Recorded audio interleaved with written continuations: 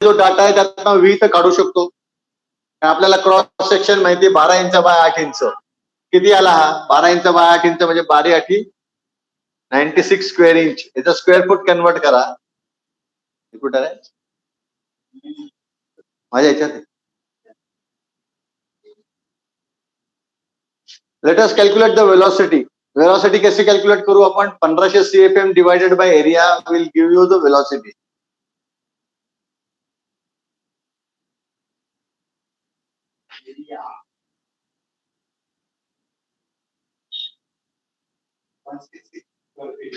हा 0.666. आज कापसे नाही आहेत का जॉईन झाले?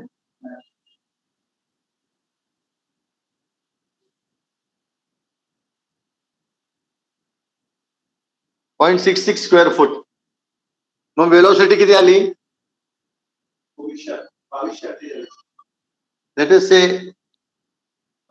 2250 फीट पर मिनिट. ओके. मग आपल्याला सी काढायचा आहे.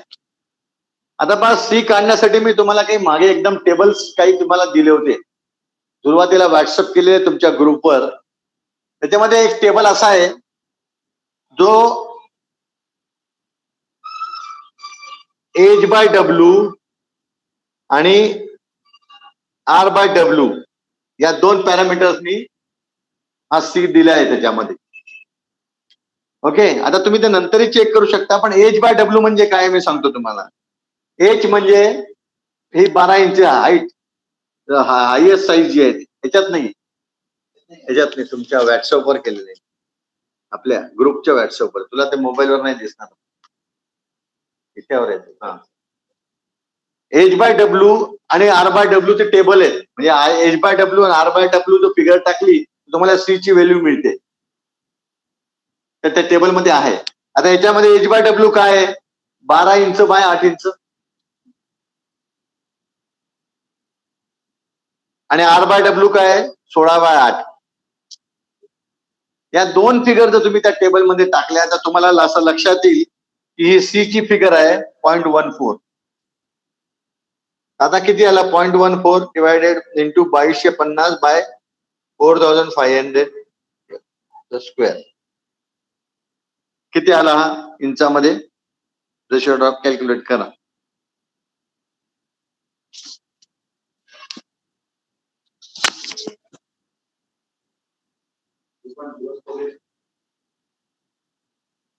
.04 इंच ऑफ वॉटर गेज याचं उत्तर आलं.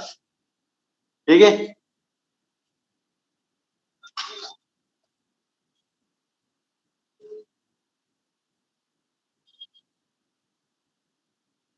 सिमिलरली आपण एक डायव्हर्जंटचं पण एक्झाम्पल घेऊ. हा तुम्हाला टेबलमध्ये मिळेल रेडीमेड सुद्धा, पण तुम्ही हे कसे आले, कॅल्क्युलेशन कसे आले हे आपल्याला माहिती पाहिजे, म्हणून तुम्हाला मी एक्सप्लेन केलंय. सारखं सारखं निघतं ते कानात, कसं बसवायचं हे असं आहे.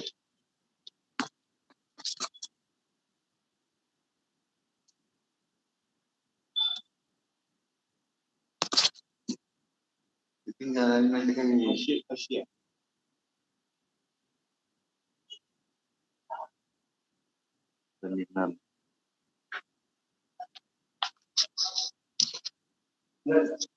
ठीक आहे, इरेज करू.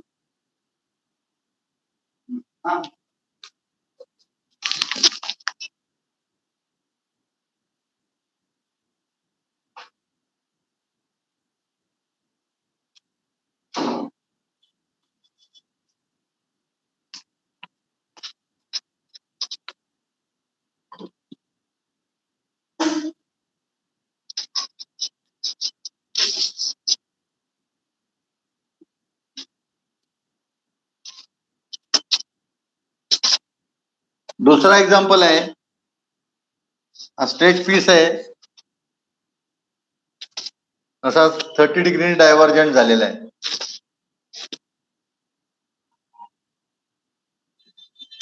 लाईक दिस. याला ए नाव आहे समजा, हा A1 आहे, हा 8 स्क्वेअर फूटचा आहे, हा 16 स्क्वेअर फूटचा आहे.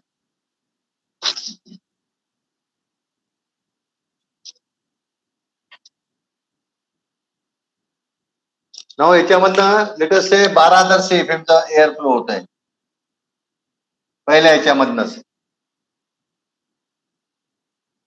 काय राहिला याची व्हेलॉसिटी काय मिळेल आपल्याला? व्हेलॉसिटी इन ए सेक्शन किती येईल? 12,000 भागीला 8 नाही, इथले या पोर्शनला किती आली ती? 1500. ओके, फॉर्म्युला काय म्हणतो आपला? HF is equal to C into, आपल्याला याच्यातनच काढायचं 1500 बाय 4000 स्क्वेअर. आता याचा पण एक टेबल आहे, ह्याला R/W किंवा यांनी कॅल्क्युलेट नाही करत. याचा पण त्या आधीचा जो टेबल आहे ना त्याच्यानंतर याचा टेबल आहे, तर टेबल रिफर केलं तर तुम्हाला या डायमेन्शनच दिलेले असतात या टाईपच्या याच्यामध्ये. तो रेशोने काय आहे याच्यामध्ये जो C व्हॅल्यू आहे याची ती येते 0.25. याचा किती आला रेशो ड्रॉप?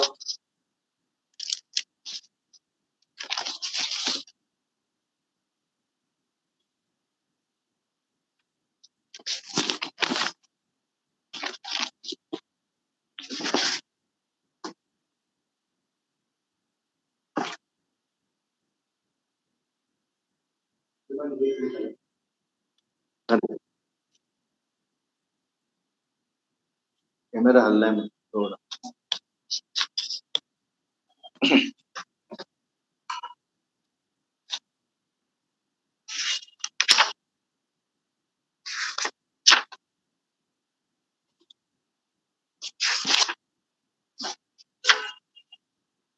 ओके, नाव आता आपण तुमचं जे आधीचं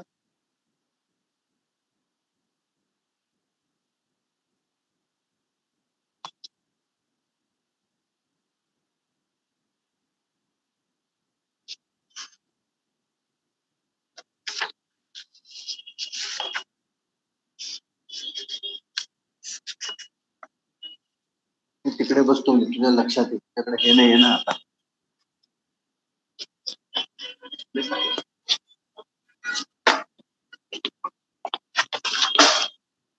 नाव तुमच्याकडे जे प्रेझेंटेशन आहे, आपण डक्टिंगचं जे प्रेझेंटेशन तुम्ही चेक करताय ते ओपन कराल का?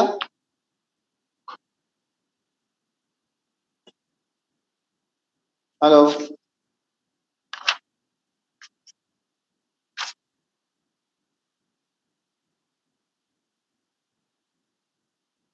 सचिन. हो सर, नेटवर्क लॉस झालं होतं जरा.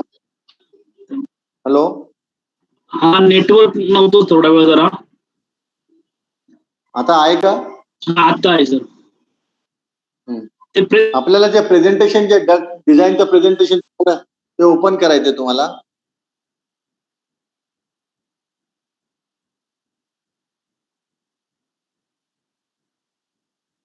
ओपन केलंय का? हो सर, केलंय सर. हा, त्याच्यात 46 नंबरचा पेज ओपन करा. केलं सर. ओके,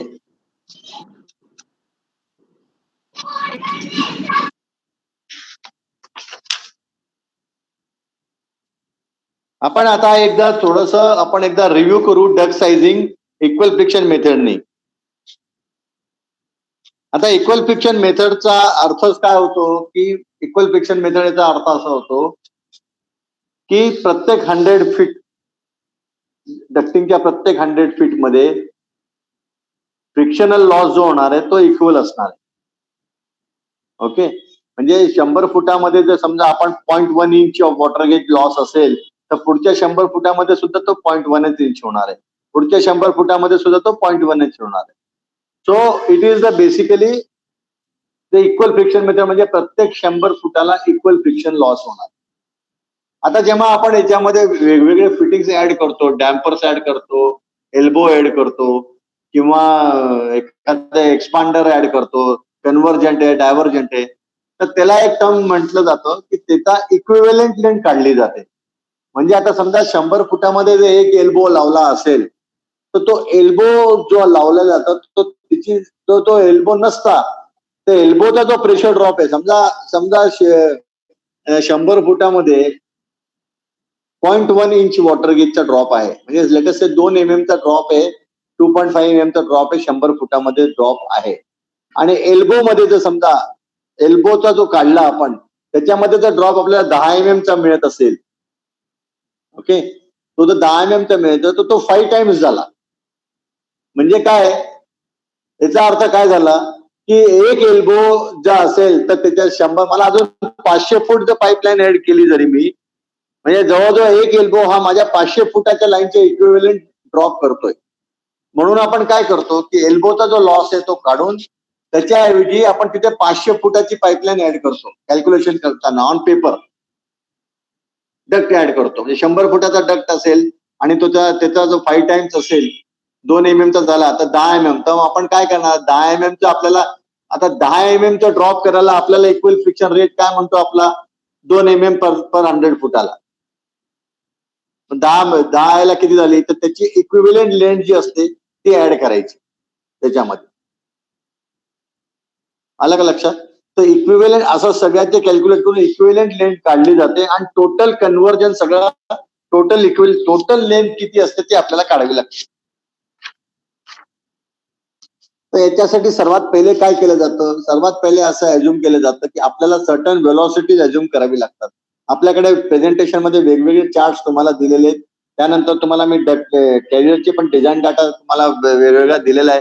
त्याच्यामध्ये ऍप्लिकेशन वाईज व्हेलॉसिटी किती असायला पाहिजे, मेन डक्टची व्हेलॉसिटी किती असायला पाहिजे ते मेन्शन केलेलं आहे. तर आपल्याला ती मेन डक्टची व्हेलॉसिटी अज्युम करावी लागते.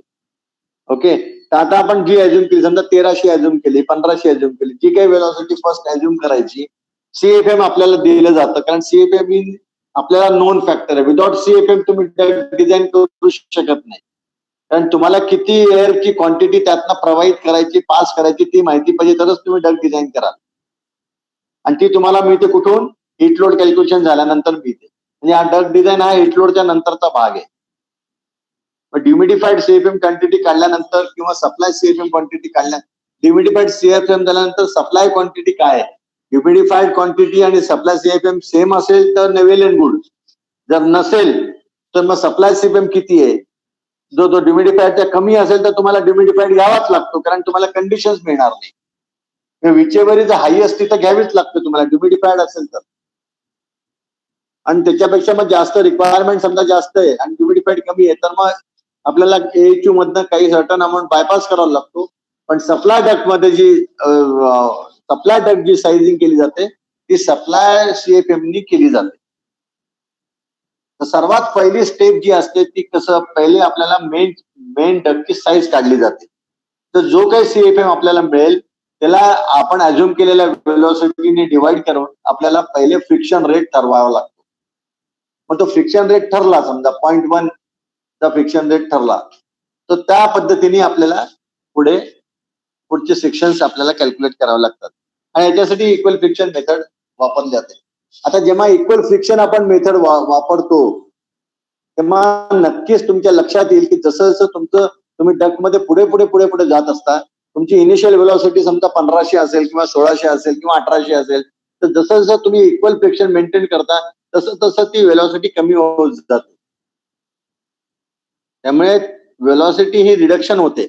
इन शॉर्ट तुम्हाला व्हेलॉसिटी रिडक्शन मिळतं. आता व्हेलॉसिटी रिडक्शन मिळाल्यामुळे तुम्हाला काय फायदा होऊ शकतो, एक लक्षात घ्या. व्हेलॉसिटी रिडक्शन मिळालं की आपल्याला थोडासा स्टॅटिक प्रेशर मध्ये रिगेन मिळतो. कारण आपल्याला हे माहिती आहे की टोटल प्रेशर जे आहे ते स्टॅटिक आणि व्हेलॉसिटीच्या ची बेरीज आहे. जर व्हेलॉसिटी प्रेशर कमी झालं तर स्टॅटिक प्रेशर आपलं वाढेल, तर त्याला म्हणतात स्टॅटिक रिगेन. तर एखाद्या सिस्टमला स्टॅटिक रिगेन कसा मिळतो ते आपण नंतर शेवटच्या एक्झाम्पल मध्ये चेक करून तुम्हाला मी तो एक्सप्लेन करेन. पण सांगायचा मुद्दा की इक्वल फ्रिक्शनचा हा सुद्धा एक मेथडचा बेनिफिट आहे की व्हेलॉसिटी रिडक्शन असल्यामुळे आपल्याला काही प्रमाणात प्रेशरचं रिगेन करता येतो. आता ही हे जे ड्रॉइंग दिलेले तुम्हाला 46 नंबरच्या शीटवर, त्याच्यामध्ये तुम्ही पाहाल तर ब्लोअर सेक्शन आहे, फॅन आहे, फॅन नंतर जो सेक्शन आहे AB आहे, नंतर BC आहे, C डॅश आहे, C डॅश D आहे, D डॅश आणि E आहे. ही 6000 CFM ची सिस्टम आहे आणि याच्यामधनं प्रत्येक कटआउट मधनं 2,000 CFM चं CFM विड्रॉ केलेलं आहे. ओके. नेक्स्ट शीट जी आहे 48 ची, तुम्ही जर चेक केली तर तुम्हाला लक्षात येईल. आता हे 2000 CFM त्यांनी चुकीचा वर्ड लिहिलेला आहे, पण तो 2000 नाही, 6000 CFM आहे. आता तुमच्याकडे तो फिक्शनल प्रेशरचा तो चार्ट आहे, त्याच्यावर तुम्ही 6000 CFM ला मार्क करा. 6000 CFM आणि 1800 FPM व्हेलॉसिटी आपण भरलेली आहे. तर 6000 CFM आणि 1800 FPM चा व्हेलॉसिटीचा चार्टचा इंटरसेक्शन पॉइंट काय तो लक्षात घ्या. तो दिसतोय का पहा.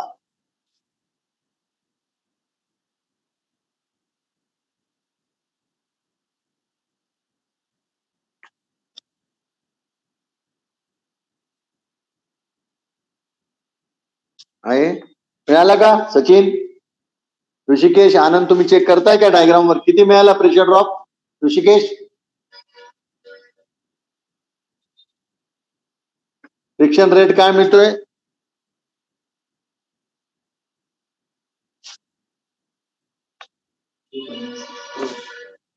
हॅलो सचिन,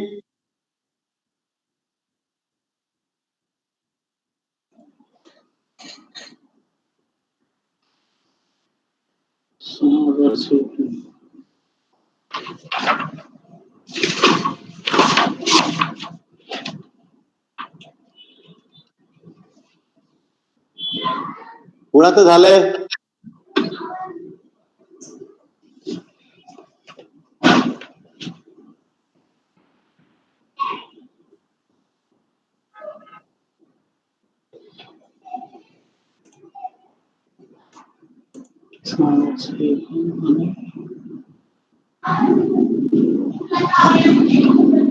काय कराल सर आता पुढे नेक्स्ट?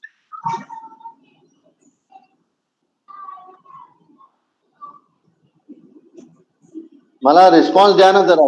ऋषिकेश, आनंद, बोला ना जरा. You have to participate. Hello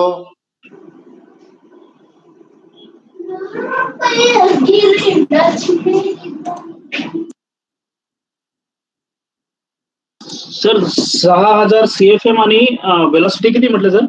1800 FPM.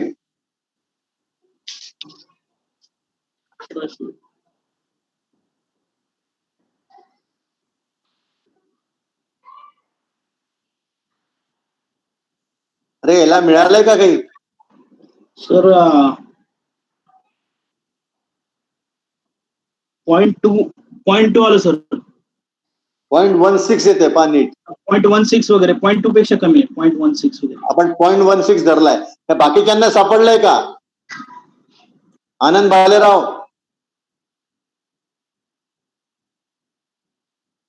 आनंद भालेराव, ऋषिकेश, बाबा, समीर पवार,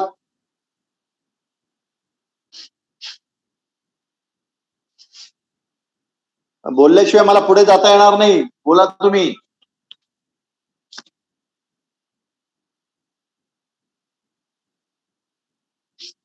तुम्ही आहात काय? लोक आहेत ना सर.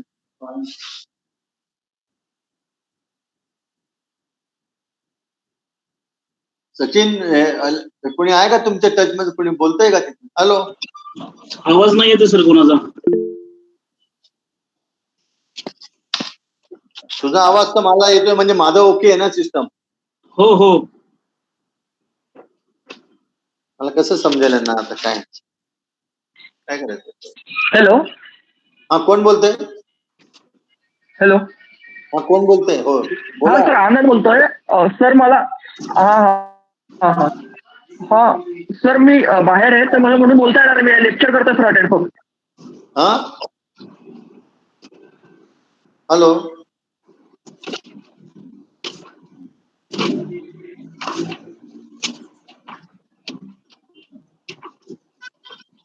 हे काय म्हणाले कळलं नाही मला.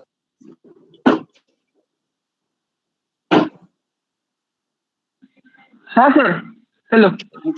काय म्हणाले तुम्ही? सर मी बाहेर होतो म्हणून मला बोलता नाही आला आता. हा सर बोला सर. पण तू अटेंड करतोय का कोर्स? हो सर अटेंड करतोय मी. हा, मग तुझ्याकडे ते ग्राफ आहे का समोर तो? येस सर करतोय. हा, मग ते 6000 नाही सर आता ग्राफ नाहीये माझ्याकडे म्हणून. हा मग तुझ्याकडे ग्राफ तुला दिलेलं आहे ना, व्हॉट्सअप वर नाही पाहता येते का? हा हो हो सर आहे, व्हॉट्सअपवर आहे सर, पण आता नाही अटेंड करता येते सर मला तो. हॅलो. एक मिनिट पाहतो सर, मी चेक करतो.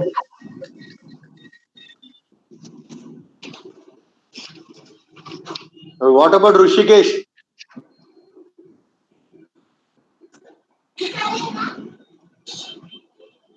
ऋषिकेश,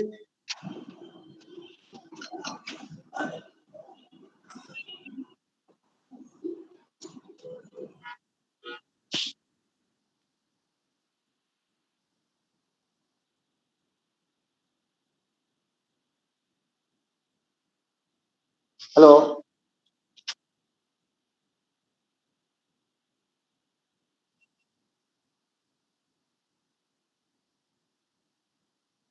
सचिन, हॅलो. हा सर बोला ना. हा सचिन, आपल्याला पुढे कसं जाता येईल आता? आता आपल्या 6000 CFM बीसी साईज आपल्याला मिळाली, बरोबर? आता बरोबर. 0.16 ला 100 ला तुम्हाला तो जो डायग्राम वर तो डायमीटर दाखवतोय 25 इंचाचा डायमीटर दाखवतोय. बरोबर.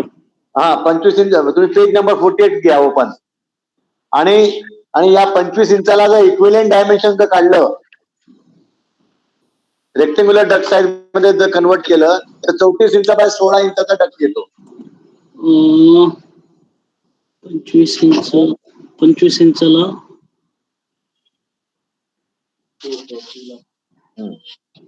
माझं थोडं हे असं आहे, नॉट नेसेसरली तुमचं इकडे तिकडे होऊ शकतो आपण.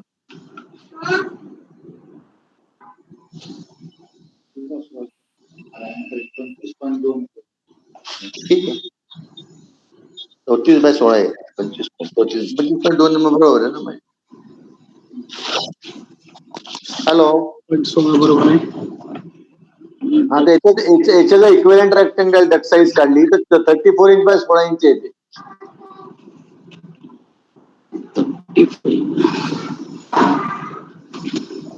ओके.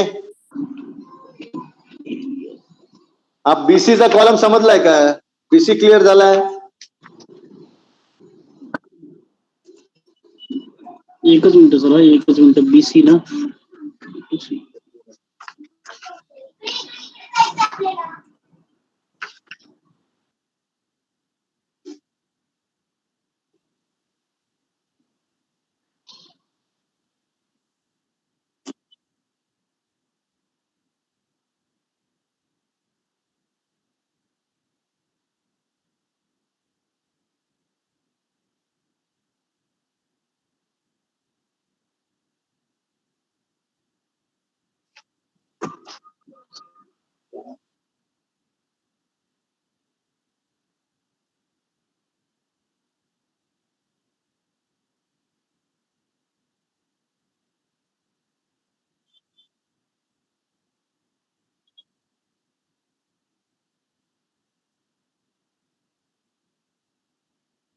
सर तुम्ही साईज किती सांगितली? 25 इंचेसला इक्विव्हॅलंट किती घेतलाय? 34 बाय 16. 34/16 बरोबर सर. 25.1 येतं डायमीटर. ठीक आहे, okay. Now what is the next step? आता आपल्याला हे डायमेन्शन मिळाले. आता आपल्याला C'D याच्यामध्ये 4000 CFM, आपल्याला 2000 CFM आपण ड्रॉ केलं. पहिल्या सेक्शन मधनं 2000 CFM ड्रॉ केलं, तर आपल्याला आता C'D मध्ये 4000 CFM मिळतोय, बरोबर? तर आता पुढचं कॅल्क्युलेशन कसं करणार? काय करणार सचिन?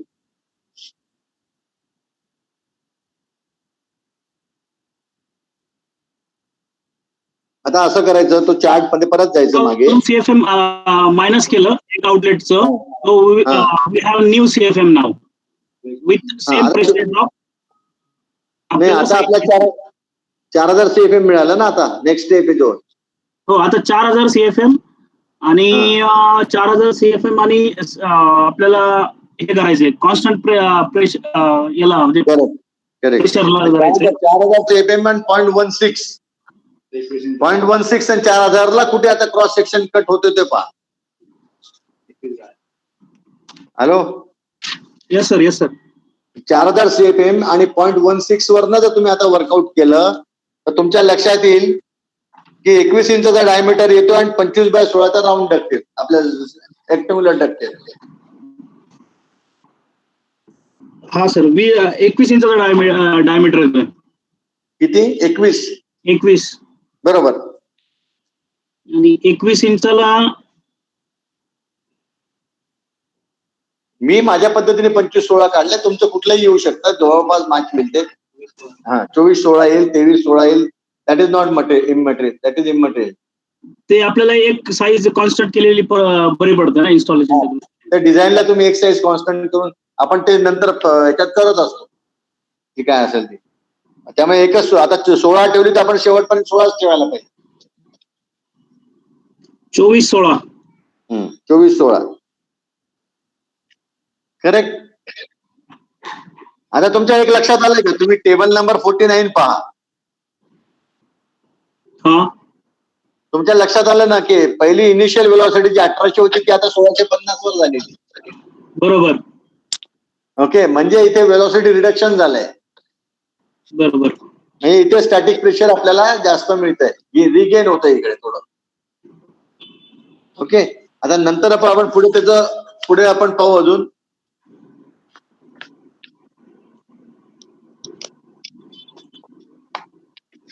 Next section is 2000.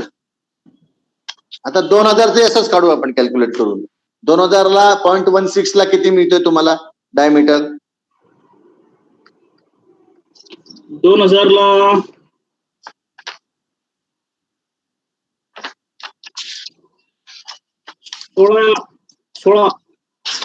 16 पेक्षा थोडासा जास्त सर, 17.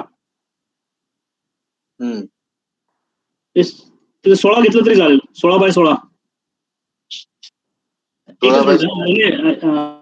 16 इंच आहे ना इकडचे. 14/16 येते. हो, 14/16 इंच, 16 इंच राऊंड डक्ट होता. अशा पद्धतीने ती तुमचं फ्रिक्शन इक्वल असताना तुमचं 16 आपण कॉमन ठेवलं, म्हणजे हाईट कॉमन ठेवली आपण, जी स्टँडर्ड प्रॅक्टिस असते. अशा इक्वल फ्रिक्शन मेथडने आपण डक्ट साईज आपण डिझाईन केलेली. ओके, दिस इज याच मेथडने आपलं नॉर्मली हीच मेथड अडॉप्ट केली जाते जनरली.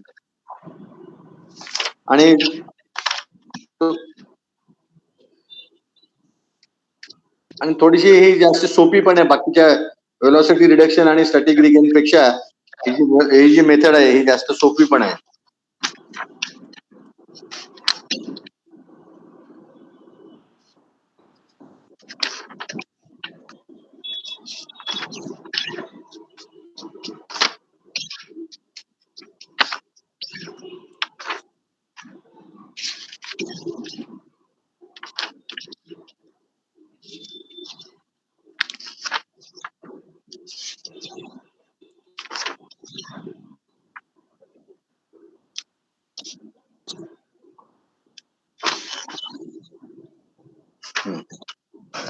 ओके, हेपर्यंत समजलंय आपल्याला.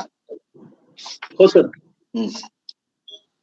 आता याच्या पुढे आपल्याला आपण पुढचं अजून एक मोठं एक्झाम्पल घ्यायच्या आधी आपण काही बेसिक गोष्टींचे डिस्कशन करून घेऊ, जे कधी कधी बरेचसे कन्फ्युजिंग असतात, ते आपल्याला माहिती असायला पाहिजे.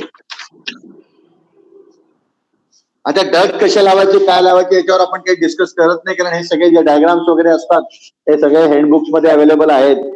कसे डक्ट करायला पाहिजे, कसं इन्सुलेशन करायला पाहिजे, कुठे क्रॉस ब्रेसिंग द्यायला पाहिजे, कुठे नाही द्यायला पाहिजे.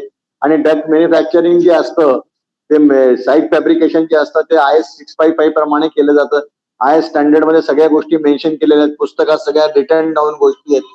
त्यामुळे ते स्टँडर्ड जे आहे ते लोक मॅन्युफॅक्चरिंग फॉलो करतात. त्याच्यासाठी आपल्याला आता या कोर्समध्ये ते पॉईंट घ्यायची गरज नाही, कारण that is practically aspect available आहे आणि बुक्स मध्ये पण अवेलेबल आहे की कुठल्या किती डिस्टन्सला फ्लॅंज असायला पाहिजे, की फ्लॅंज मध्ये होल्स किती साईजचे असायला पाहिजे, होल्सचं स्पेसिंग किती असायला पाहिजे, सपोर्ट कुठल्या लेवलला पाहिजे, कुठल्या CFM ला कुठली साईज पाहिजे, 24 इंच गेज 24 गेजचं डक्टिंग कुठपर्यंत वापरायला पाहिजे, 22 गेजचं कुठपर्यंत वापरायला पाहिजे, थिकनेस कशा वाढवल्या पाहिजे, ते सगळं टेब्युलेटेड फॉर्म मध्ये आपल्याकडे IS स्टँडर्ड मध्ये सगळ्या गोष्टी टेब्युलेटेड फॉर्म मध्ये आहे.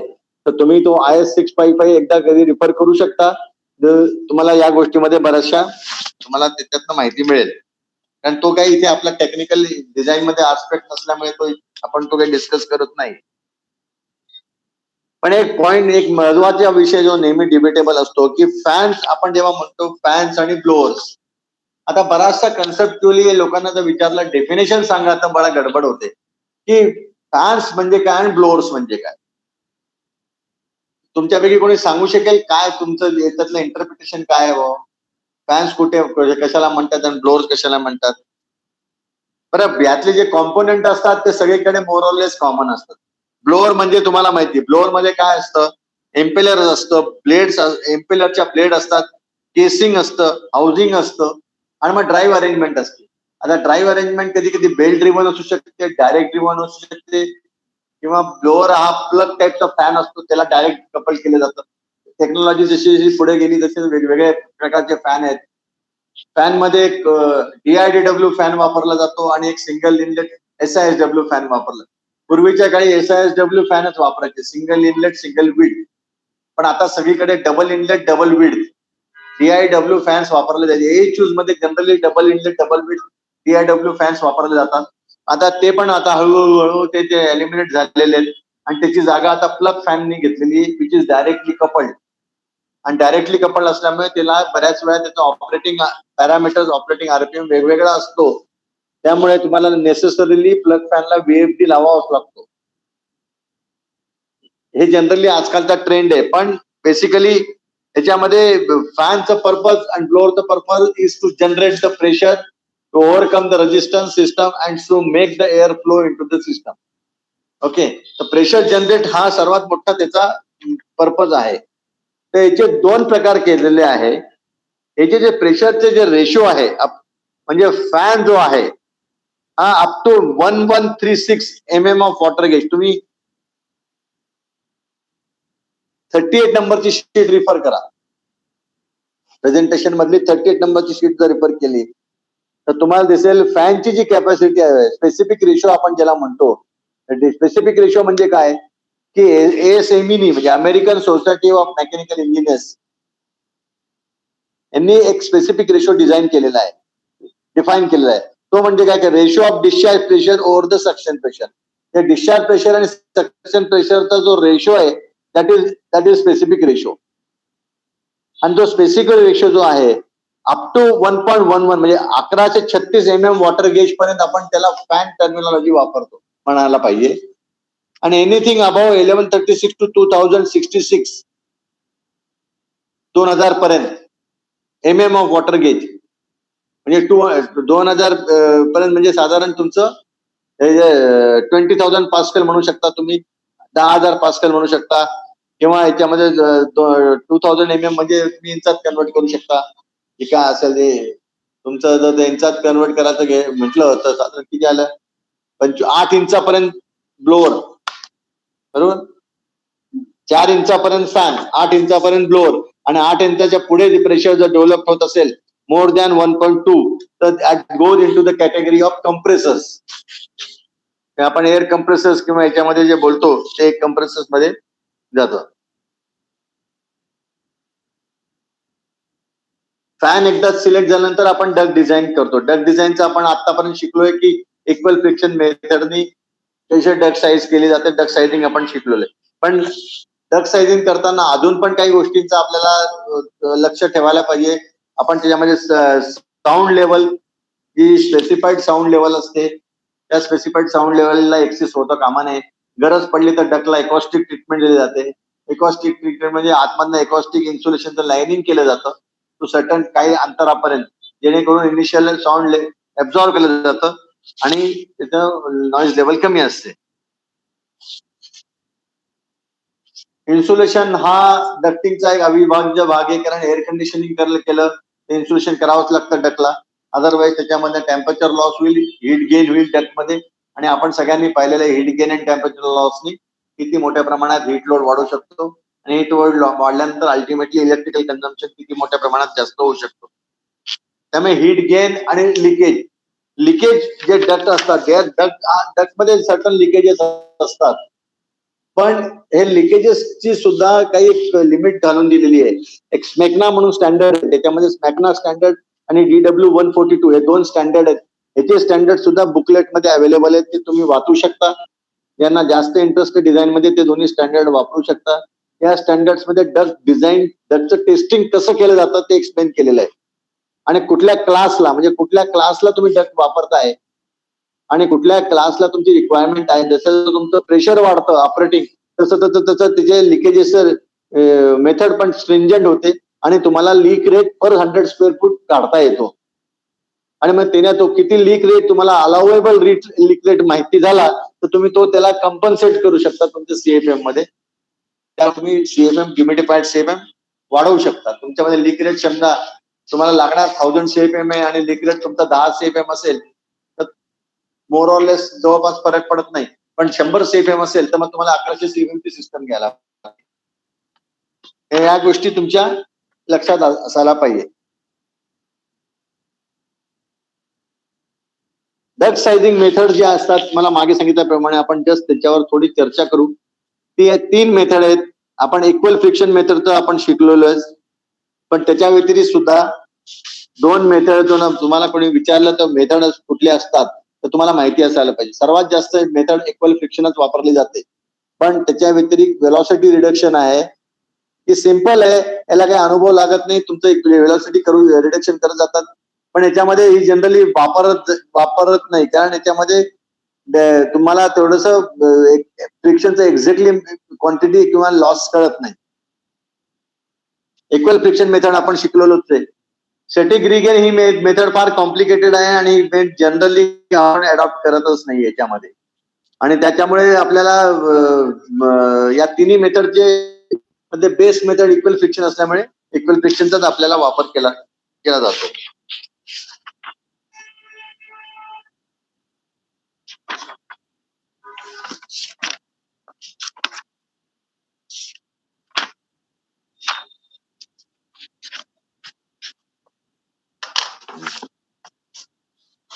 आता आपण एक अजून एक्झाम्पल घेऊ, पण तत्पूर्वी कोणाला काही याच्यावर काही प्रश्न आहे का, काही विचारायचं असेल तर आपल्याला विचारू शकता तुम्ही.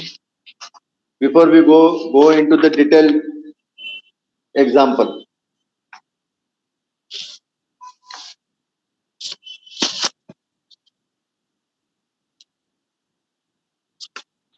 सर, हे व्हेलॉसिटी रिडक्शनला मग आपल्याला प्रत्येक याच्यातला प्रेशर लॉस पण कॅल्क्युलेट करून ठेवायला लागेल ना?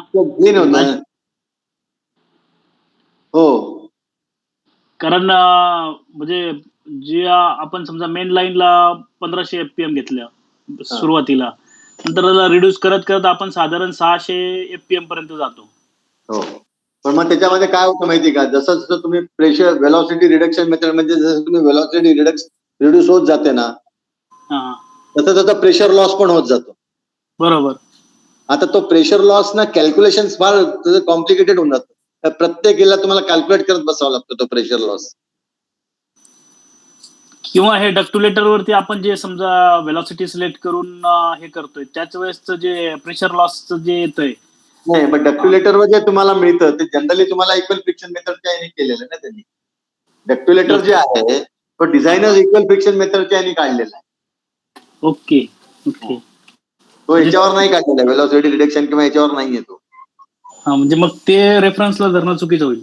हा, ते रेफरन्स त्यांना चुकीचं होईल असं माझं आता तरी मत आहे, पण तरी पण मी त्याच्यावर स्टडी करून सांगेन, तुला उत्तर देईन. चालेल सर, चालेल. Okay sir. मला त्याच्यावर विचार करावा लागेल. पण तुम्हाला एक मी डायग्राम दिलेला आहे पहा, अजून तुमच्या व्हॉट्सअप मध्ये एक असा डायग्राम मी तुम्हाला दिलेला आहे की ज्याच्यामध्ये तुम्हाला हे जे आपण आता केलं ना, सगळं कॅल्क्युलेशन केलेले आहेत, आता काढत बसलो, प्रत्येक वेळेस ग्राफ वापरलोय, हो. तसं करायची गरज नाहीये. म्हणजे कसं आहे, तो जो ग्राफ आहे ना, हम्म. तो ग्राफ असा दिलेला आहे की तुम्हाला CFM म्हणजे समजा तुमचं 6,000 आता समजा हे 6,000 पहिला एक्झाम्पल तुम्ही घेतलं 6,000 CFM आहे. बरोबर. हा, आता 6,000 CFM आणि त्याचं मेन डक्टची साईज त्याला 100% धरायचं. म्हणजे 6,000 CFM ला 100% धरायचं हम्म. आणि त्याच्यातनं जे रिडक्शन होईल, आता 2,000 CFM गेलं, उरलं हा. 4,000. म्हणजे किती उरलं? 30% गेलं, उरलेलं किती आहे? 70% उरलं समजा. हा. ओके, तर म्हणजे 70% CFM रिडक्शन झाला. हा. तर 70% CFM ला पर्सेंटेज ऑफ एरिया किती रिड्यूस झाला तो डायरेक्ट मिळतो त्या ग्राफ मध्ये.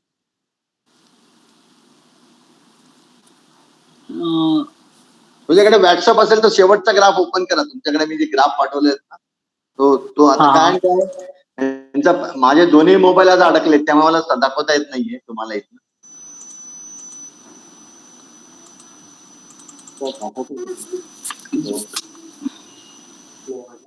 डिटेक्शनला ग्राफ वापरतो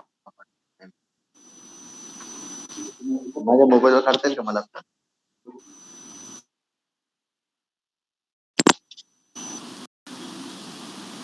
हे ऑन ठेवूनच करता येईल का? सर त्याच्यात एकच ग्राफ आहे सर. मी दाखवतो. ते प्रेझेंटेशन मध्ये म्हणतायत की काय? SP अकॅडमीचा डक डिझाईन PDF आहे एक. हो हो हो हो. ते ओपन तो करा. ओपन केलाय सर.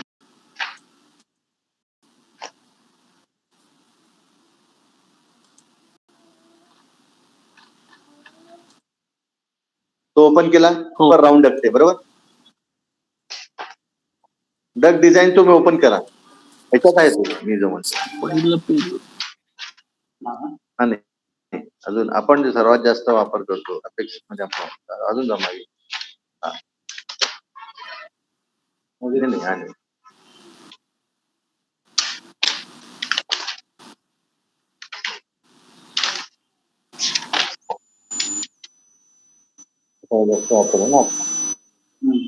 हॅलो, हा सर. तुम्हाला दाखवू का? हॅलो, हा तुम्ही हा सर, ओपन बोला. करताय का?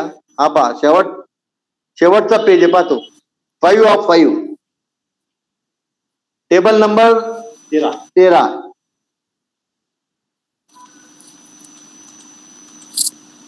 डक डिझाईन PDF दिलेत ना सर्वात शेवटी सुबोधने. हा, ते duck design presentation for architect आणि स्टुडंट. नाही. हे तर तुमचं प्रेझेंटेशन तुम्ही आता वाचताय. तुम्ही त्याच्या व्यतिरिक्त तुम्हाला अजून एक व्हॉट्सअप केलाय ना मागच्या वेळेस. आता करू का परत? कसं करू? थांबा सर, एकच मिनिट चेक करतो. एकच मिनिट. तेव्हा मी तुम्हाला सांगतो ते कधीच केलेलं आहे.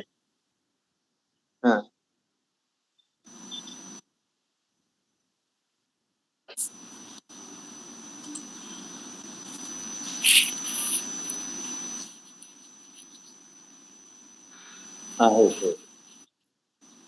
ओके, हा चार्ट. प्रवीणने ओपन केलाय आता याच्यावर.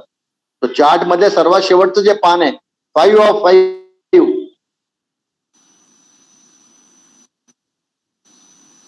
टेबल नंबर 13 पहा.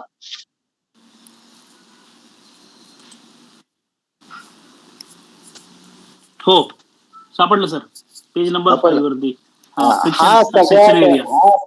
हा सगळ्या इक्वल फ्रिक्शन मेथडचा this is the you can say the basic bible आहे. या एवढ्या अशा एका चार्ट वरनं तुम्ही सगळं डिझाईन बसल्या बसल्या घरी करू शकता. तुम्ही आता पहा या चार्ट मध्ये मी काय म्हणतो ते पहा. CFM कॅपॅसिटी दिली आहे पर्सेंटेज मध्ये बरोबर. आणि त्याच्या पुढे दिलंय डक्ट एरिया बरोबर. आता खाली एक्झाम्पल दिलंय पहा त्यांनी एक छोटस. 100% CFM 100% एरिया बरोबर. आता तुम्ही 6,000 CFM ला तुम्ही आता जो पहा तुमच्या मागच्या एक्झाम्पलला तुम्ही काढलाय ना तो. हो. लेटेस्ट से तुम्ही जो 34 इंच बाय 16 इंचचा एरिया काढलाय बरोबर. तर 6,000 CFM जेव्हा 100% CFM असतो तेव्हा एरिया असतो 34 इंच बाय 16 इंच. बरोबर. ओके, आता जेव्हा 2,000 CFM निघून गेलेले आहे हा. 4,000 दोनला 4,000 CFM राहिले. CFM आहे. म्हणजे किती पर्सेंटेज पास होतोय आता? साधारण 70 ना, 70% ना. 70%. आता 70% CFM ला जा तुम्ही. CFM 70% CFM चेक करा. 70% CFM च्या समोर तुम्हाला डक्ट एरिया येईल 76.5%.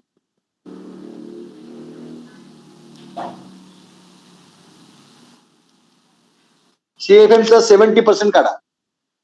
चार्ट मध्ये पहा.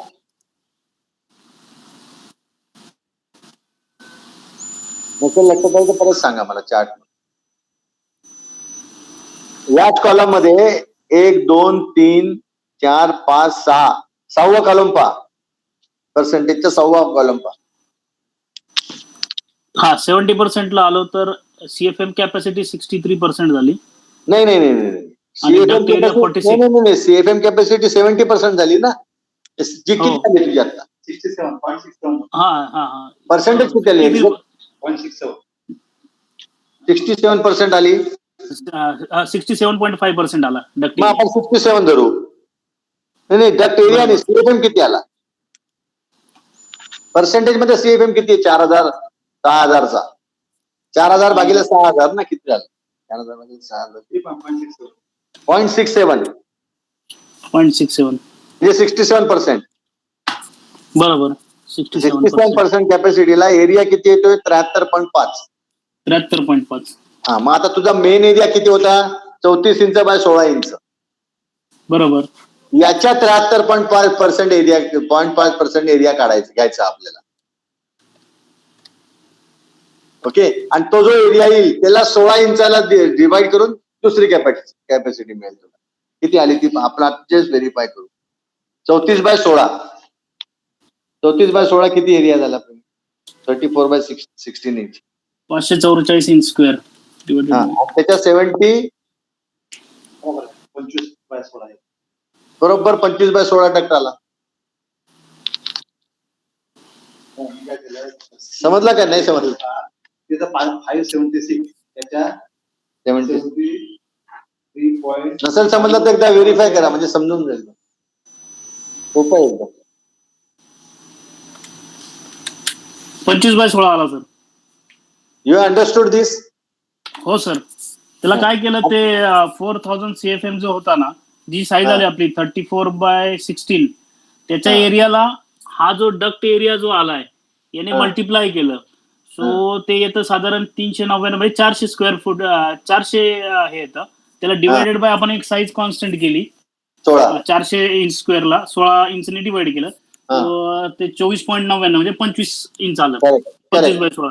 Correct. शॉर्टकट आता- एकदम इझी मेथड आहे. दिस इज द इझी मेथड. हे एकदम तुम्हाला त्या तीच मेथड वापरली जाते. पहिले जे तुम्हाला मी सांगितलं ते तुम्हाला अकॅडमिकली शिकवलं ते बेसिक तो आहे. म्हणजे तुम्हाला माहिती पाहिजे ना कशा हा चार्ट कशावरनं काढलाय त्याच्यावरनच काढलाय ना.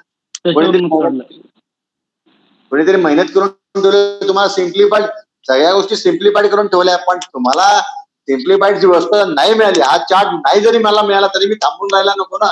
बरोबर. कन्सेप्ट माहिती पाहिजे फंडामेंटल म्हणून ते पहिले शिकवलं. नाही तर मी तुम्हाला हा चार्ट शिकून दिला असता पुढे गेलो असतो. बरेचसे लोक हा चार्ट शिकवतील मूवी पुढे जातील. मला फ्रिक्शनल चार्ट कसा वापरायचा ते समजलं नाही तो उपयोग नाही त्याचा. बरोबर सर. हे कळालं सर आता. आता तिसरं पण पाहून घ्या. 2000 काढून घ्या. 2000 भागिले 6000. तिसरा लास्ट साईज पण काढून घ्या. याच्यामध्ये एक अजून महत्वाची लक्षण आहे लक्ष घ्या. पर्सेंटेज एरिया जो असतो 76.3 काढला ना तुम्ही. हॅलो हा सर. पर्सेंटेज रिडक्शन करताना नेहमी आता 73.06 आला जो काही असेल. आता किती आला पर्सेंटेज रिडक्शन एरिया? 33%. 33 ला किती एरिया आला? 41. हॅलो हा सर. एक महत्वाचं लक्षात घ्या. 41% आला. हा जो पर्सेंट रिडक्शन करताना तुम्हाला कंपॅरिझन फक्त 100च करायचंय. 76चा संपव परत त्याच्या रेशोमध्ये नाही घ्यायचा. 41% जो आहे तो 100च्या 41 घ्यायचा. बरोबर. काही लोक काय करतात चुकून ते 73च्या 41% घ्यायला जातात आणि गडबड करतात. अंडरसाइज करतात डक्ट. ओके. किती आला तो? हा आला 33% ना. 33%. हा.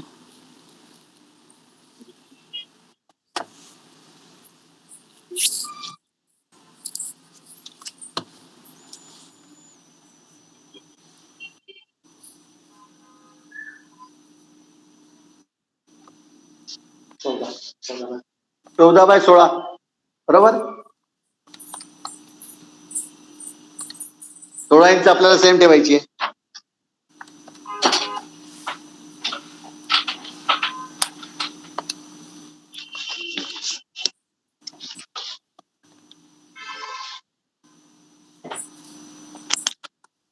ओके. नाव आता 51 नंबरची शीट ओपन करा. सगळेजण 51 नंबरची शीट ओपन करा प्रेझेंटेशन मधली.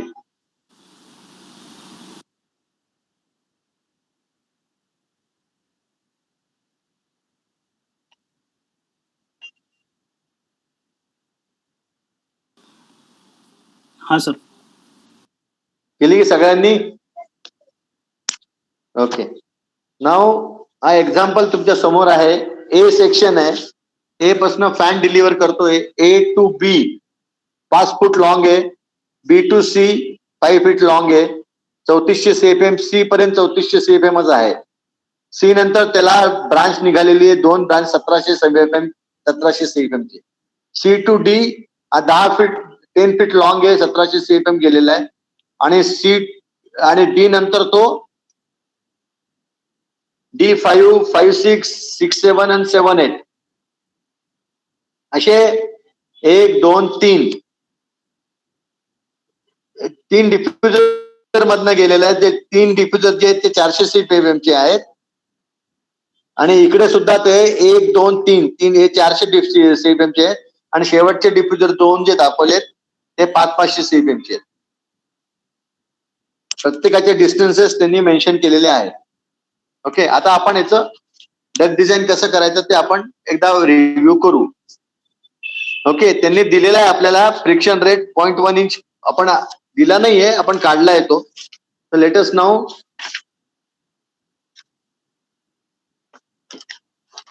याच प्रेझेंटेशनच्या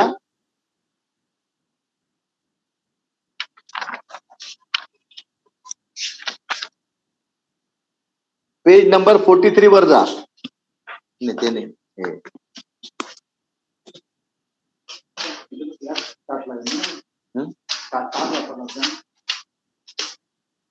नाही हा चार्ट तोच आहे.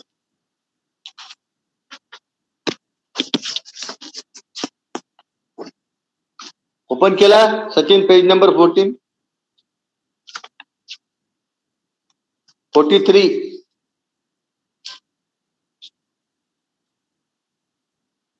सचिन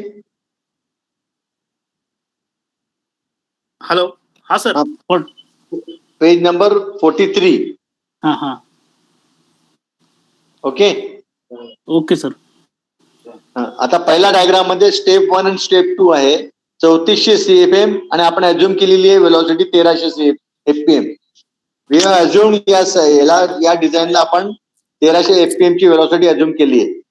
3400 CFM 1300 CFM FPM चा जो इंटरसेक्शन पॉइंट आहे तो इंटरसेक्शन पॉइंट जो आपण पाहिला ड्रॉ केला परपेंडिक्युलर तर तो point 0.1 inch per 100 foot of duct दाखवतो. बरोबर. आणि जेव्हा तो हा दाखवतो 12.1 चा त्यावेळेस तो त्याचं डायमीटर 22 इंच दाखवतो. 22 इंच. बरोबर. ओके. आता 22 इंच म्हणजे आपल्या इनिशियल जे आहे ते आपल्या सायझिंग इथे आपण जे आपल्या आता now come back to again 51 page. तिथे 3400 CFM आहे. 1300 FPM आहे. फ्रिक्शन रेट आपण आता पाहिला 0.1 इंच वॉटर गेज आहे. आणि आता आपल्याला पुढचं कॅल्क्युलेशन करायचे. ओके. Okay sir. आता याच्या नेक्स्ट स्टेप मध्ये इथे होत्या का रिपीट झाल्या. आपण आता पाहिलेलं आहे की आपण 0.1 काढलेलं आहे आणि आपण 22 इंचाचा डायमीटर पण काढलेला आहे. करेक्ट. Correct sir. हा. आता ही जी मेथड आहे या मेथडने आपण एक एक कॅल्क्युलेट जर केलं तर आता BABC म्हणजे ABBC 3400 CFM आहे, BC पर्यंत 3400 CFM आहे. त्याची राऊंड डायट साईज आली आपली 22 इंच. बरोबर. ओके. तर 22 इंचाचा रेक्टँग्युलर डक्ट साईज इक्विलंट काढलेला आहे त्यांनी 26 इंच बाय 16 इंच. 22 इंचचा रेक्टेंगल. हा टेबल तुम्ही 53 बरोबर, नंबर हो. आता. हा 53 हे तुम्ही करत राहा प्रॅक्टिस म्हणून, काही प्रॉब्लेम नाहीये, तुमच्या लक्षात येईल, सोपं आहे ते. नंतर काय केलंय आपण की CD-D5 1700 CFM ला आपण त्या पद्धतीने त्याच फ्रिक्शन रेटने वर्कआउट केलं तर आपल्याला दिसून येतं की 17 इंच डायमीटर येतो. 17च्या इक्विलंट येतं 16 बाय 16. बरोबर. 17 इंच डायमीटर. ओके. आता नंतर आपण पाहिलं C1 च केलं. C1 मध्ये 1700 CFM आहे, सेम येणार, आयडेंटिकल येणार. 1700 CFM असल्यामुळे 17 येणार डायमीटर आणि 16 बाय 16 येणार. काय येणार? कारण पॉइंट फ्रिक्शन लॉस हा 0.1 वॉटर गेज पर 100 फीट आपण अज्युम आपला वर्कआउट झालेला आहे. ओके. नाव याच्या पुढचे घ्या. आता 1300 CFM. आता नाही, आता हा 1300 CFM 1, 2 आणि 5, 6 दोन्ही 1300 CFM आहे. बरोबर. 1, 2, 5 बरोबर. त्याची साईज येईल काय? 1300 ला 15 इंच येते आउटर डायमीटर, तर 16 बाय 12 आला डक्ट.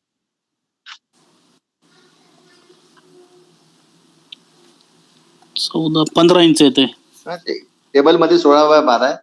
आता आपण 16 टेबलचाच रिफर करू, म्हणजे सगळ्यांना कॉमन राहील तो.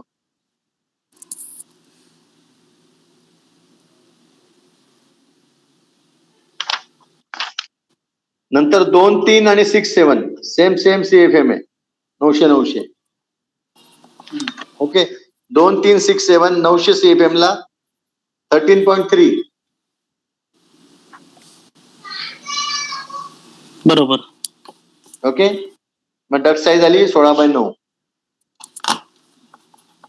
आणि मग लास्ट आता येतो फक्त 3,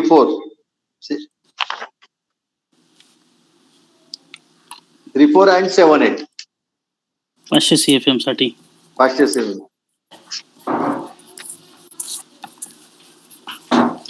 500 CFM ला डक्ट साईज येते 10.8.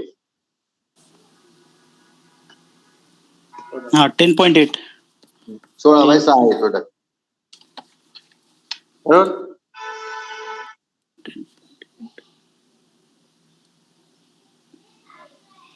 ओके. आता पहा त्यांनी एक खाली नोट लिहिलेली आहे. ही बरीचशी लोक आपण करत नाही. आम्ही बरेचसे काय, most of the people they don't do, पण दे हॅव मेन्शन की AB आणि BC जे मेन डक्ट आहे, AB आणि BC, AB टू BC त्यांनी काय केलेलं, एकॉस्टिक लाइनिंग रिकमेंड केली. बरोबर. आता एकॉस्टिक लाइनिंग रिकमेंड केली आणि हे जर डायमेन्शन जर मेंटेन करायचे असतील, 26 बाय 16 जर करायचं असेल, मला जर फायनल डायमेन्शन 26 बाय 16 जर पाहिजे असेल तर मला ते 28 बाय 18 करायला लागतील. का बरं?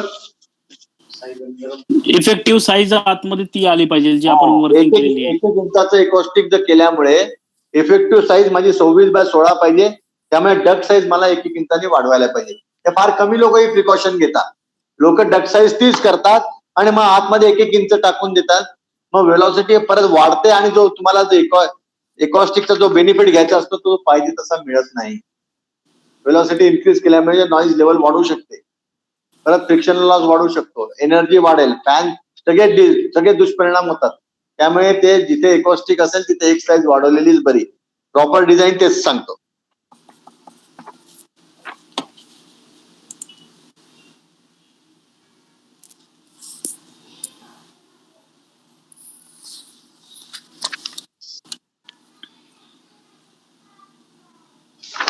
ओके, नाव लेट अस हा टेबल स्टडी करू आपण. नेक्स्ट टेबल जो आहे, आता त्यांनी काय केलं, इक्विव्हॅलंट लेंथ मध्ये कॅल्क्युलेट केले. आता ए आणि बी, ज्यामध्ये काही मला पण कन्फ्युजन आहे, पण आपण पाहू. ए आणि बी जो आहे, ए आणि बी हा straight length. Straight length 5 feet आहे. स्ट्रेट लेंथ 5 फीट आहे. ओके, ए आणि बी मध्ये एक एल्बो दिसतोय, बरोबर. बरोबर. त्याच्यात तुम्ही इक्विव्हॅलंट लेंथ 10 फीट घेतली आहे. असेल ते चार्ट मध्ये आपण काढू शकतो, कॅल्क्युलेट पण करू शकतो. ओके, आता किती वेलॉसिटी जस्ट आपण एक व्हेरीफाय करू. आपण आपल्याला 1300 fpm आहे ना प्रवीणा, 1300 fpm आणि एल्बो मधनं 1300 fpm जातो ना, तर आपण जस्ट करू 1300 भागीला 4500 आपण म्हणू पाहू. त्याला 0.322 into 0.32 square plus C value माहिती नाहीये. आपण समजा ती 0.14 जरी धरली तरी होते ती 0.014 इंचामध्ये.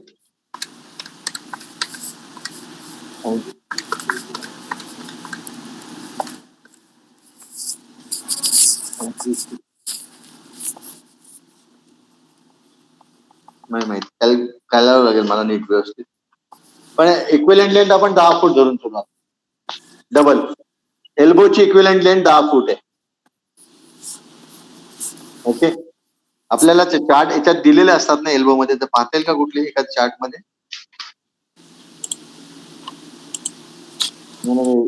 मागे दिले की कुठेतरी दिले तुम्हाला जे पेजेस पेज नंबर 59.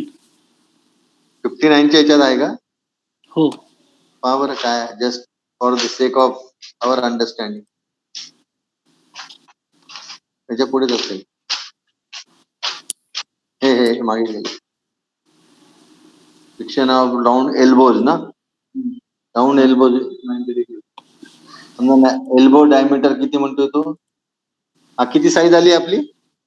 26-16. 26-16 आहे. मग अशा ते कसे 26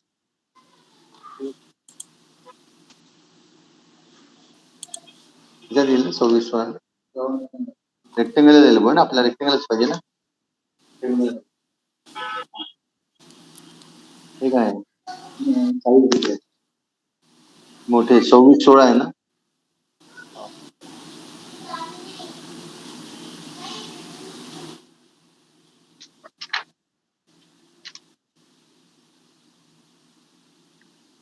नाही 26-16 28-16 सर 10 फूट दाखवलंय.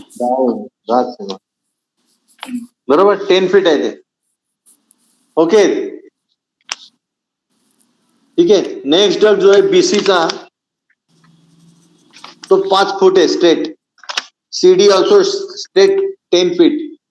ओके, आणि सीडी ला एल्बो आहे एक 9 फीट घेतलाय त्याचा. कारण त्यांनी का 9 फीट घेतला असेल? सीएफएम कमी झाले, आता त्या वेलॉसिटी कमी झाली असणार. ओके, ती साईज त्या साईजचा इक्विव्हॅलंट डायमीटर हा साईज कमी झालाय ना डगचा, तर त्याचा एल्बोचा जो असेल तो 9 फूट आला असेल. ओके ना sir? Okay, now D5 5 feet 5-6 हे सगळे स्ट्रेटच आहे आता पुढच्या. ओके, तर टोटल लेंथ 55 फूट होते आणि इक्विव्हॅलंट 19 फूट होते, 74 फूट झाले. म्हणजे पहा, लक्षात घ्या तुम्ही, 55च्या 20 फूट म्हणजे जवळजवळ 40% ऑलमोस्ट 40% लेंथ आपली वाढली, just because of the 2 elbow only. फक्त 2 एल्बो पकडलेत. त्यामुळे आपल्या डग डिझाईन मध्ये आपल्या तिथे तुमचे स्टॅटिक एएसपी व्हेरी लो.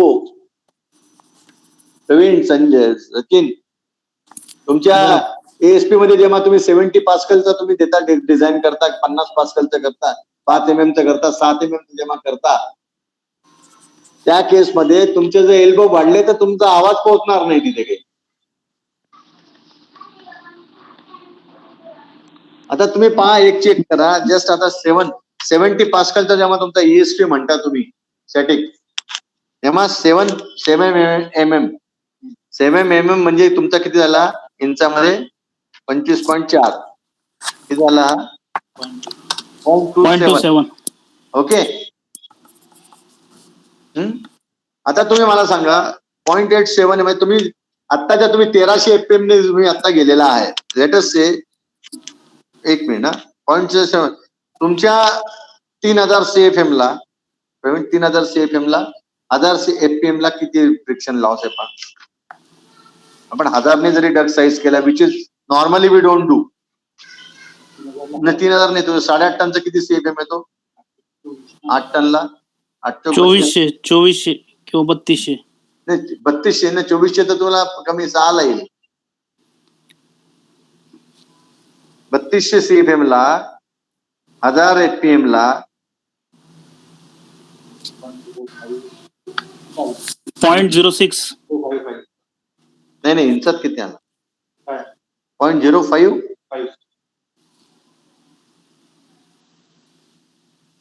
0.05 एक मिनिट से 0.06 धरू आपण सर.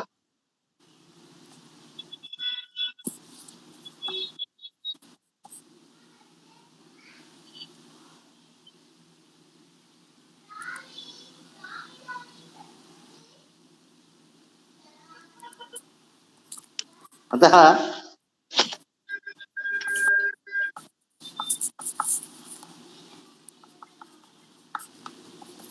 हे पहा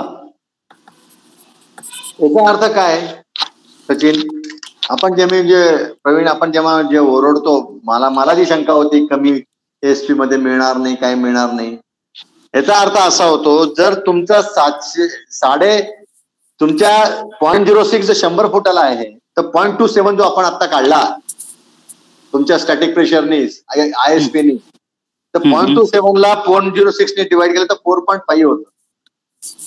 याचा अर्थ असा होतो की 450 फूट इक्विलंट लेंथचं मी काम करू शकतो तरी मला काही प्रॉब्लेम येणार नाही.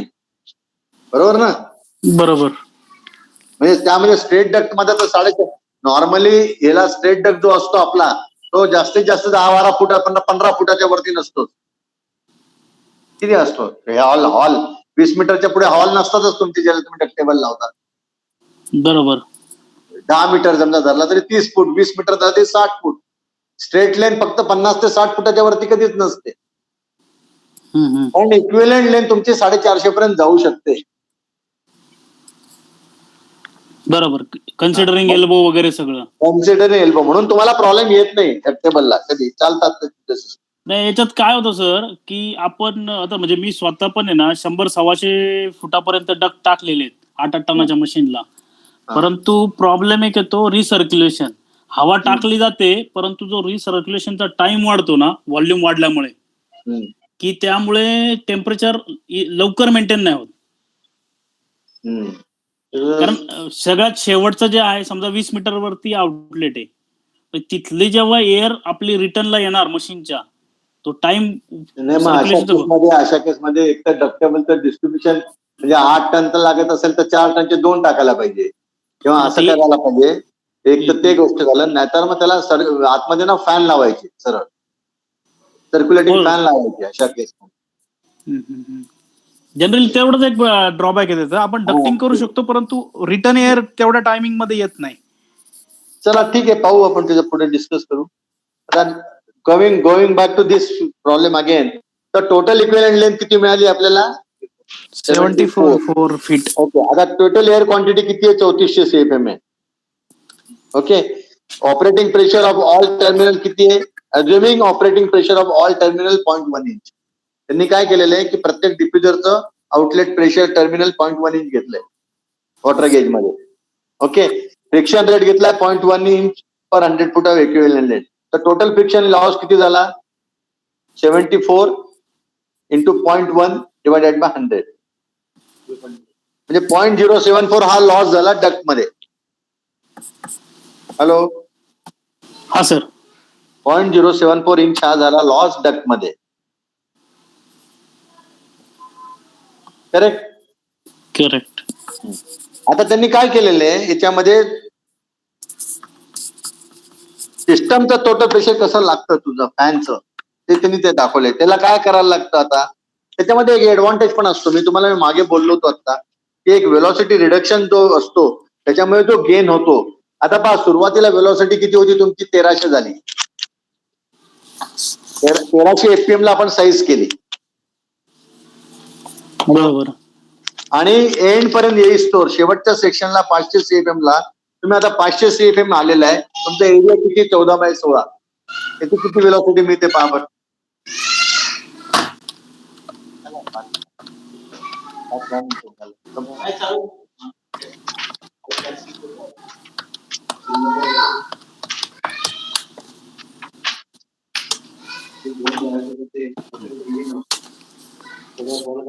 चौदा बाय 16चा एरिया काढ 500 सीएफएम ला 333. शेवटची वेलॉसिटी किती येते पाहायला पाहिजे. 333. एक मिनिट आणि 900 ला किती येते. एक मिनिट 14/16चा एरिया नाही हा किती एक मिनिट सगळ्यात शेवट 16/6 होतो सर. 16/6 ना 16/6चा एरिया किती झालाय 96 डिवायडेड 144.66 757. हा मग 757 येते काहीतरी. 757 एफपीएम.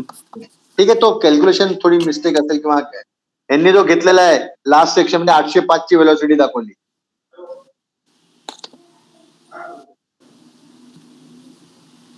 म्हणजे काय आहे की इनिशियल सेक्शनला 1300 होता.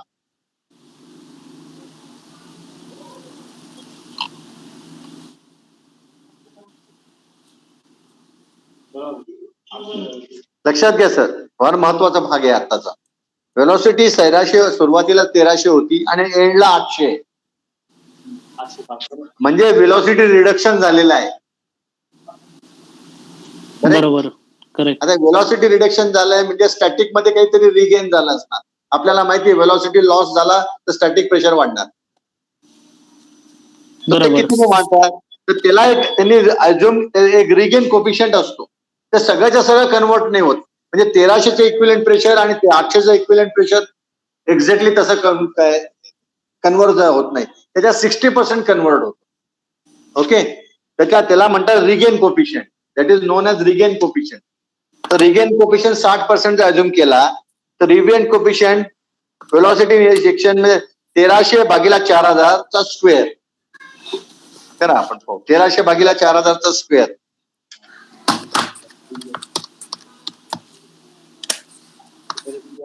0.6 .106. 1300/4000चा स्क्वेअर करा किती आला. 0.1056. काय म्हटलं लक्षात 0.1056. आणि 805/4000 याचा करा.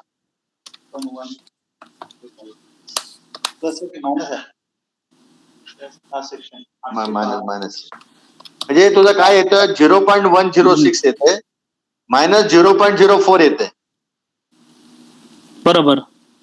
किती आला डिफरन्स हा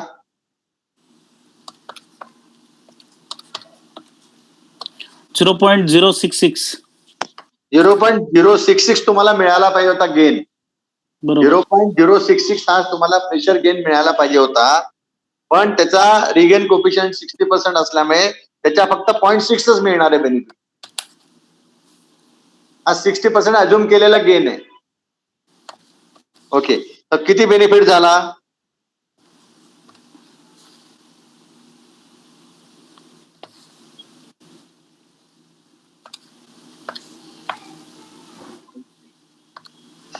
0.039 करेक्ट. 0.039. हो. आता तुम्हाला फॅनचं प्रेशर किती असायला पाहिजे ते सांगतो. डक्ट मध्ये इक्विलंट डक्ट मध्ये किती लॉस झालाय आपल्याला लॉस होतोय आपला 0.074 पाहिजे. 0.074 आपल्याला कमीत कमी पाहिजे डक्ट मध्ये तर फ्लो नाही होणार. बरोबर बरोबर.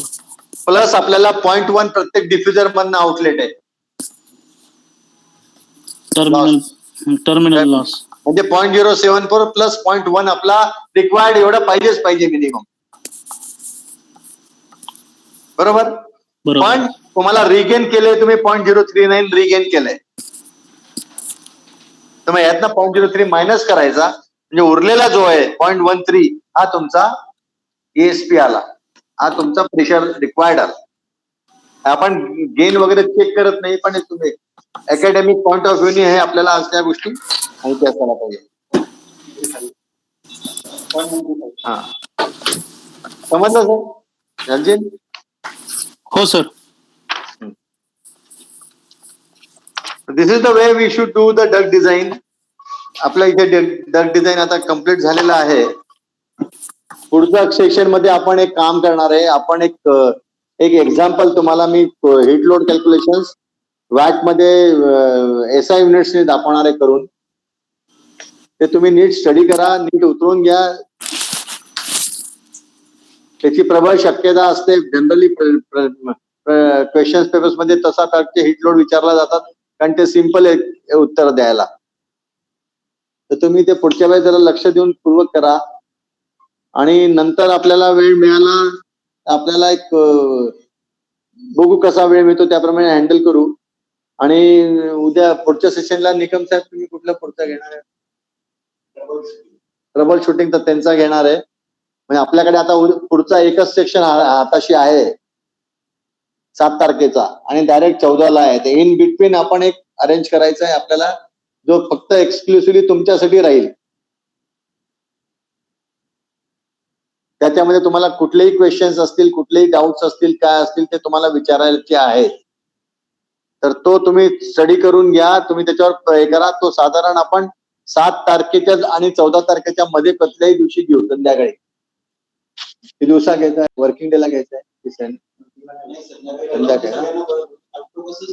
एकाचा डाऊट असला तरी सगळ्यांना बेनिफिशियल होईल. मग आपल्याला 14ला जर प्रश्न, आपल्याला 14ला जर हे करायचं आहे, तर आपण एक काम करू ना, आपण मध्ये इन बिटवीन घेऊन टाकू ना. आता 2 दिवस जाऊ देऊ आपण. 7 तारखेला आहे. नाही, मी म्हणतो 7 डिसेंबरला संडे आहे, 8ला सोमवार आहे, 9ला मंगळवार आहे. 10 तारखेला घेऊन टाकू ना संध्याकाळी. तिथे यायचं आपण. त्याला एक आवश्यकता नाही, आपण आपल्या घरून पण बोलू शकतो. थोडस हे राहील नाही जमत, बोर्डवर लागेल ना. येऊ ना प्रवीण, एक दिवस येऊ संध्याकाळी, हो कसा ऑफिस मध्ये दोघे डायरेक्ट येऊ. आय थिंक थर्सडे फिक्स करून टाक. थर्सडे काय कुठली तारीख? 11 करायचं. 10ला करू मी, एक दिवस आधी. 10ला बुधवार आहे ना. हा, तुम्ही बाकीचे ऐकून घ्या. 10 तारखेला बुधवारी संध्याकाळी 6 वाजता आपण आपलं सेशन राहिले. एक्स्ट्रा सेशन आहे ते. That is session exclusively for your questions and answers. काही डाऊट असतील, कुठल्याही प्रकारचे डाऊट असतील, ते डाऊट तुम्ही नोट डाऊन करा आणि एक एक प्रश्न विचारा. आपण बोर्डवर इथे एक्सप्लेन करू. पहिल्या दिवसापासून शेवटच्या दिवसापर्यंत जे काही शिकवलं असेल त्याचे कुठलेही तुम्ही त्याचा टॉपिक घेऊ शकता. आणि सुबोधला प्लीज कन्फर्म करा अवेलेबिलिटी तुमची 14 तारखेची. त्याप्रमाणे आपल्याला डिस्कस करता येईल. ऑनलाईन घ्यायची एक्झाम की ऑफलाईन घ्यायची. ओके, आज आपण इथेच कन्क्लूड करू जरा. ठीक आहे सर. ठीक आहे sir. Thank you. Thank you. Okay sir.